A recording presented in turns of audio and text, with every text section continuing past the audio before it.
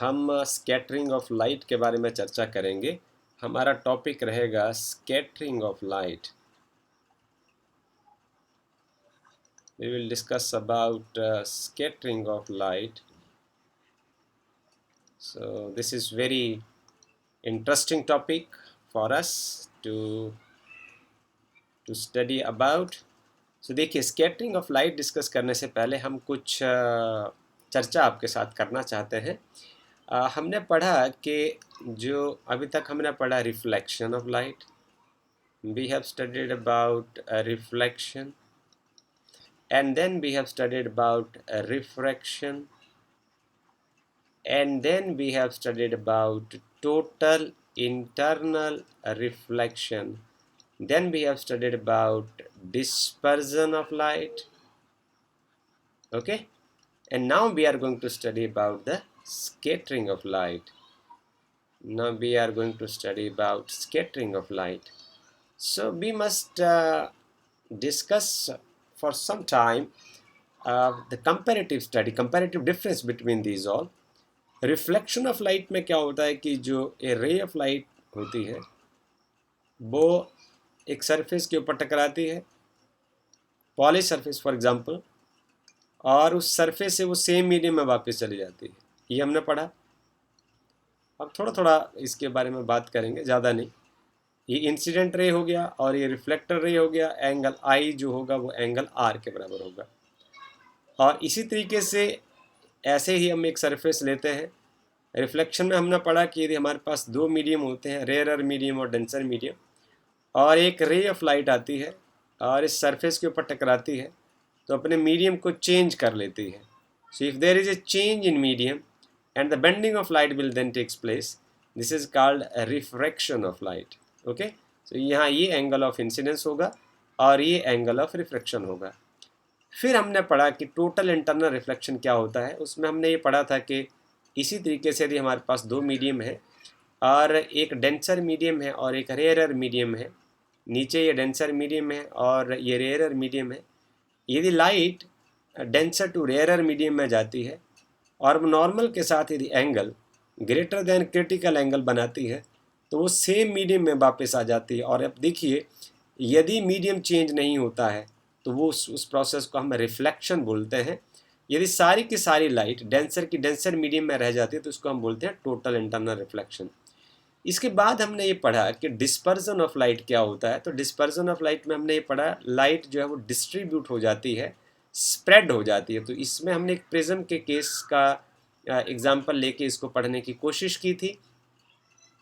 उसमें आपने देखा कि जब लाइट जो है वो किसी एक रेयर और डेंसर मीडियम के इंटरफेस पर टकराती है, नॉर्मल के साथ कोई एक एंगल जैसे इंसिडेंस बनाती है, तो सभी कलर की जो वेलोसिटी है डेंसर मीडियम में अलग अलग होने की वजह से जो रेड कलर है वो सबसे कम डेविएट होता है और जो वायलेट कलर है वो सबसे ज़्यादा डेविएट होता है।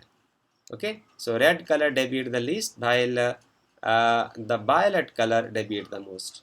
और हमारे पास यहाँ जो है वो एक स्पेक्ट्रम ऑफ कलर, 7 कलर्स का जो स्पेक्ट्रम हमारे पास होता है। तो ये हमने अभी तक पढ़ा।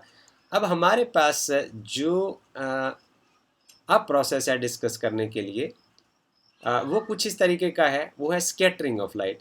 हमें देखेंगे तो स्कैटरिंग ऑफ लाइट जो है इन सबसे कितनी डिफरेंट है। देखिए, स्कैटरिंग ऑफ लाइट में क्या होता है, जो लाइट इसमें क्या करती है, डायरेक्शन चेंज कर लेती है। There is a change in direction. इसमें क्या होगा, change in direction of light, direction of light due to atmospheric particle.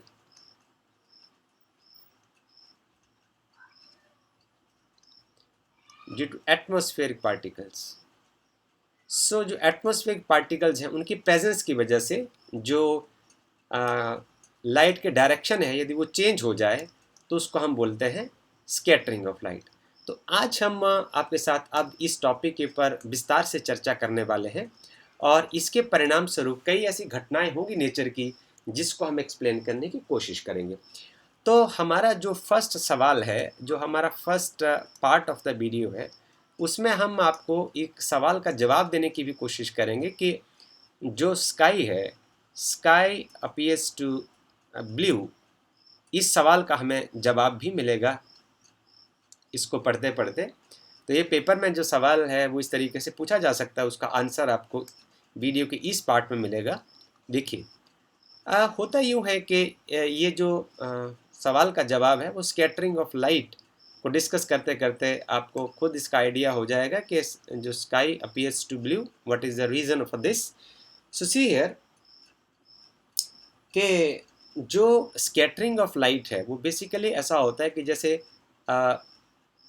Atmosphere में क्या है, so there are atmospheric particles, so the light of the shorter wavelength, जो जैसे हमने पढ़ा है कि जो लाइट है, वाइट लाइट, उसमें 7 कलर होते हैं और उन कलर का जो ऑर्डर है वो इस तरीके से है वेवलेंथ के अनुसार, G/OR।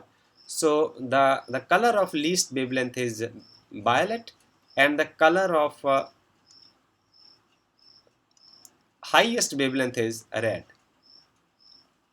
सो जब ये लाइट जो है वो एटमॉस्फेरिक पार्टिकल के ऊपर पड़ती है, तो इन एटमॉस्फेरिक पार्टिकल का जो साइज होता है वो बहुत कम होता है। Let a be the a represent the size of the particle. If a is very much less than lambda, तो इसमें क्या होता है कि रेले क्राइटेरिया काम करता है। Rayleigh scattering criteria which is this, that the scattering of light is according to this criteria, scattering of light is inversely proportional to 1 upon lambda to power 4, where lambda is the wavelength of incident light। अब आप यहाँ से देखें, ये criteria ये बताता है और ये condition, criteria and condition, this criteria and condition कि वायलेट कलर जो है उसका वेवलेंथ कम है। This means the scattering of the violet colour is more, the scattering of violet colour is more, so and the scattering of the red colour is least. अब आप देखें कि जो रेड कलर है वो सबसे कम स्कैटर होगा क्योंकि उसकी वेवलेंथ ज़्यादा है तो उसकी स्कैटरिंग कम होगी। वायलेट कलर की जो वेवलेंथ सबसे कम है तो उसकी स्कैटरिंग बड़ी ज़्यादा होगी। इसका मतलब क्या हुआ, यदि एटमॉस्फेरिक पार्टिकल के ऊपर सन रेज पड़ती है तो वायलेट कलर जो वो बहुत ज़्यादा स्कैटर होगा। इसका मतलब साफ है कि जो स्काई है वो ब्लू नहीं दिखना चाहिए, वो तो वायलेट दिखना चाहिए।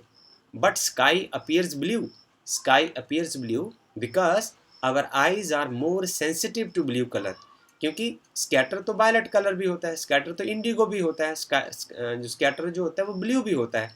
सो out of these first 3 colours are sensitive, our eyes are more sensitive to the blue colour, so sky appears blue to us. इसलिए हमें जो आकाश है वो देखने में नीला दिखाई देता है।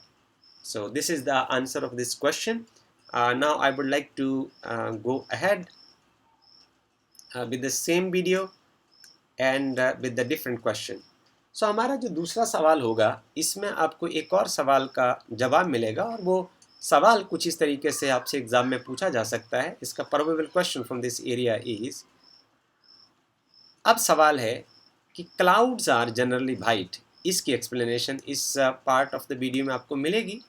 The clouds are generally white, जो बादल होते हैं वो जनरली सफ़ेद होते हैं, उसका वर्णन हम यहाँ करने की कोशिश करते हैं और इसका जो बेसिस रहेगा वो स्कैटरिंग ऑफ लाइट ही रहेगा। हमने अभी अभी डिस्कस किया था कि जो स्कैटरिंग क्राइटेरिया है वो ये रहेगा कि यदि हमारे पास जैसे एटमॉस्फेरिक पार्टिकल होते हैं, इस केस में क्या होता है, जो the size of this atmospheric particle is less than the wavelength of incident light, and if it is so, then the scattering criteria, that scattering of light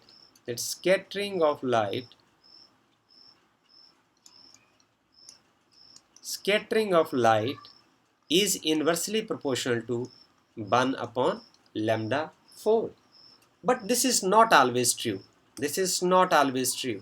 ये हमेशा के लिए ऐसा नहीं हो पाएगा। This is not always true.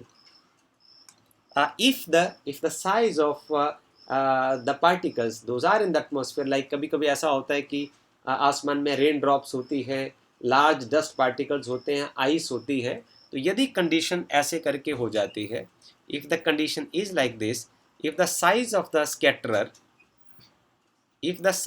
scatterer is greater than the wavelength of incident light, यदि scatterer का साइज इंसिडेंट लाइट की वेवलेंथ से ज़्यादा हो जाता है, then this Rayleigh criteria will fail, then then a Rayleigh criteria will fail.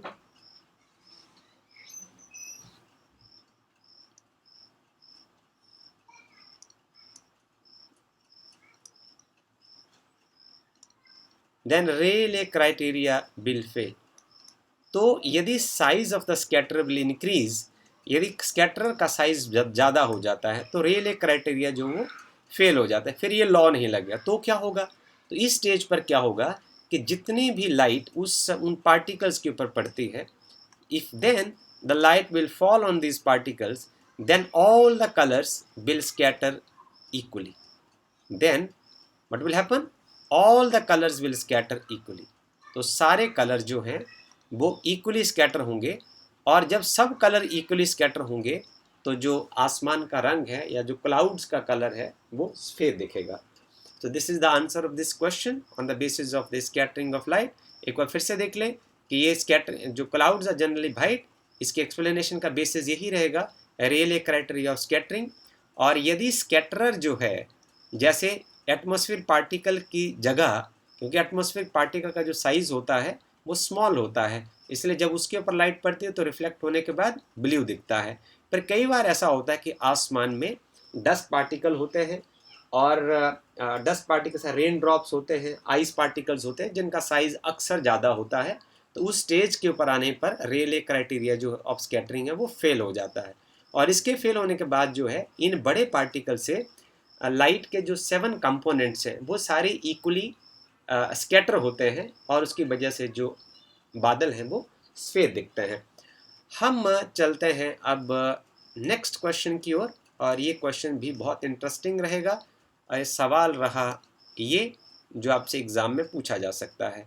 सो इस सवाल का आंसर हमें इस वीडियो के इस पार्ट में मिलेगा। सवाल है कि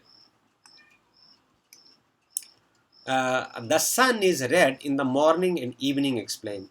जो सन है वो सुबह और शाम जो है वो आपको लाल ही दिखता है।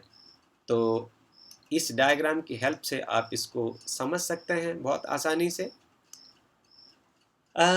होता यूँ है कि ये इसका जो बेसिस होगा इसको एक्सप्लेनेशन का, वो फिर once again scattering of light ही होगा। The answer of this question is based upon scattering of light. The answer is this question is based upon scattering of light. So how is this? I will explain it.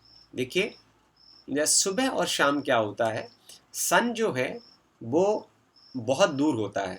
In the morning and evening sun is far away from us rather than in the mid, because when sun nearly overhead then it is close to us.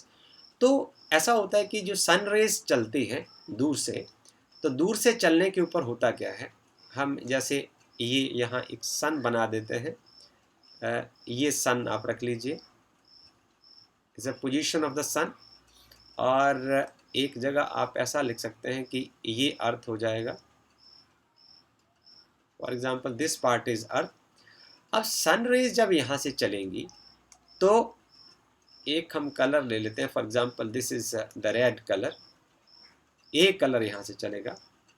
ये colour क्या है, ये बहुत कम scattering करता है। क्यों?